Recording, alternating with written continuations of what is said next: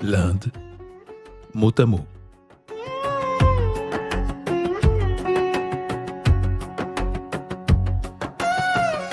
Une exploration réjouissante et érudite des maîtres mots de la civilisation indienne.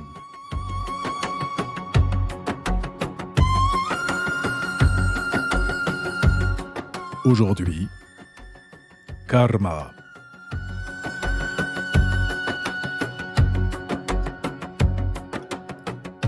C'est ton karma. On dit ça comme on parlerait d'une malédiction ou d'une chance. Bon karma, mauvais karma. Le sort qui vous suit, la punition méritée, la roue de la fortune. Le karma serait notre destin, ce qui nous tombe dessus et qu'on ne peut pas changer. Eh bien, en fait, c'est presque le contraire. Le mot ne signifie pas ce qui t'arrive. Il signifie ce que tu fais. Et pour comprendre comment on est passé de l'un à l'autre, il faut remonter très loin, jusqu'à l'autel indien du sacrifice.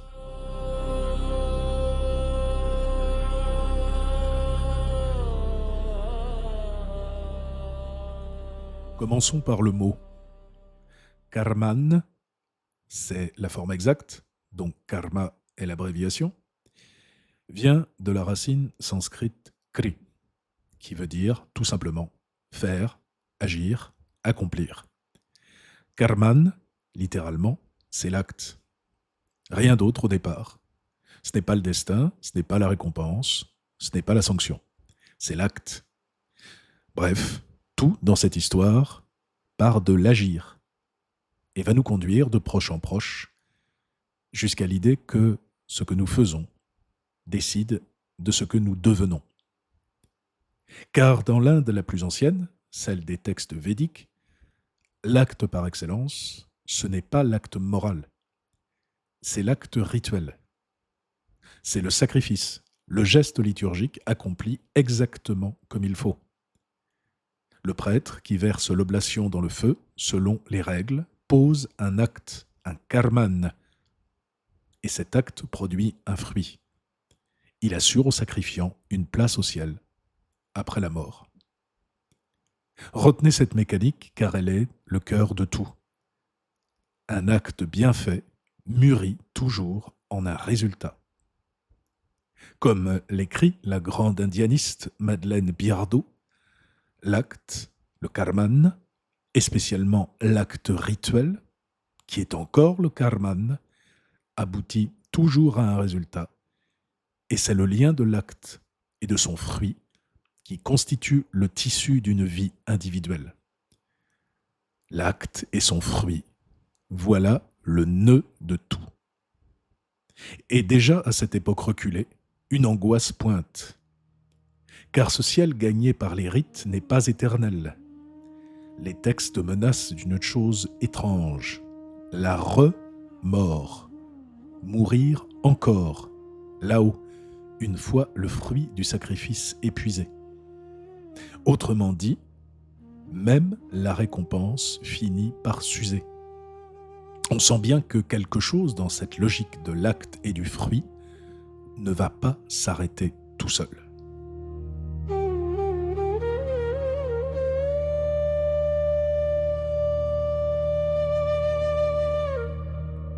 Le grand basculement a lieu dans les Upanishads, ces textes de sagesse qui, vers les 7e et 6e siècles avant notre ère, prolongent et retournent le Veda.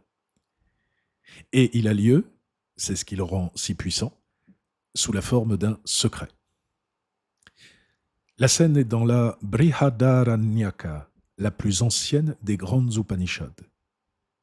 Le sage, Yajnavalkya, est mis au défi en public par un homme nommé Artabhaga. Question. Qu'advient-il de l'homme, une fois mort, quand tout en lui se disperse? Et là, Yajnavalkya s'arrête. Ceci, dit-il en substance, ne se traite pas sur la place publique.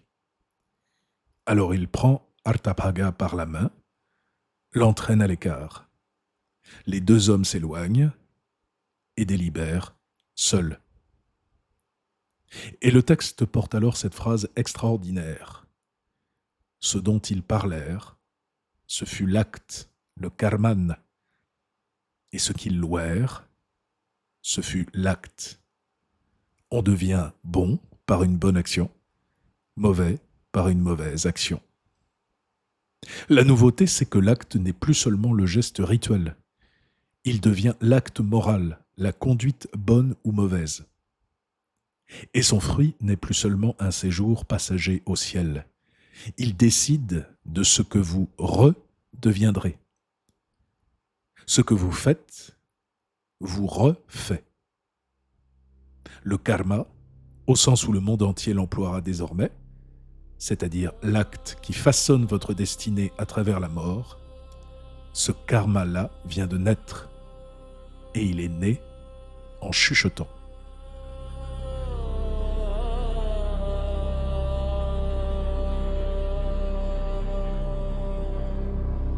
C'est ici que se referme le piège de notre mot « destin ». Car si l'on traduit « karma » par « destin », on entend, c'est écrit, tu n'y peux rien, donc subis. Or, l'idée indienne porte exactement l'inverse. Le karma ne vous dépossède pas. Il vous rend responsable. Vous êtes le produit de vos actes passés. Et vos actes présents sont en train de fabriquer votre avenir. Ce n'est pas tout est écrit, mais tout ce que tu fais s'inscrit. Et remarquez que dans cette affaire, il n'y a aucun juge extérieur qui punit ou récompense. Personne ne tient les comptes. L'acte mûrit son fruit tout seul, comme une graine devient plante, sans surveillant et sans tribunal. Le karma n'est pas une justice qui tombe d'en haut. C'est une loi d'automaturation, aussi impersonnelle que la nature. D'un côté, il y a la graine. Chaque acte est une semence déposée en vous. Son fruit peut lever aussitôt, ou bien dormir longtemps et mûrir bien plus tard, même dans une autre saison de votre très longue existence. De l'autre, la scène de Yajnavalkya. Cette vérité si lourde qu'on ne peut la dire en pleine assemblée, qu'il faut prendre l'autre par la main et l'emmener à l'écart pour la lui confier. Une doctrine qu'on se transmet à voix basse, parce qu'elle change tout. Elle fait de chacun de nos gestes une semence pour ce que nous serons. Voilà donc le contresens à défaire. Karma ne veut pas dire le sort qui me frappe. Il veut dire l'acte qui me fait. Le mot est passé, en quelques siècles, du geste du prêtre devant l'autel jusqu'au fort intérieur de chacun, du rite bien exécuté jusqu'à l'action juste.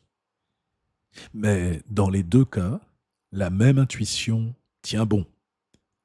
Agir n'est jamais neutre. Tout acte pèse, tout acte engage, tout acte laisse une trace qui, un jour, portera son fruit.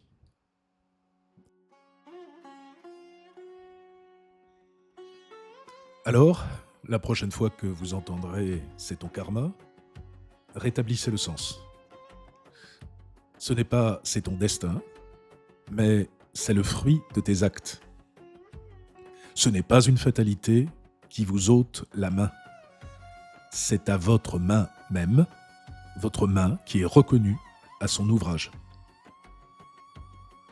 Alors une question demeure, et vous l'avez déjà senti affleurer.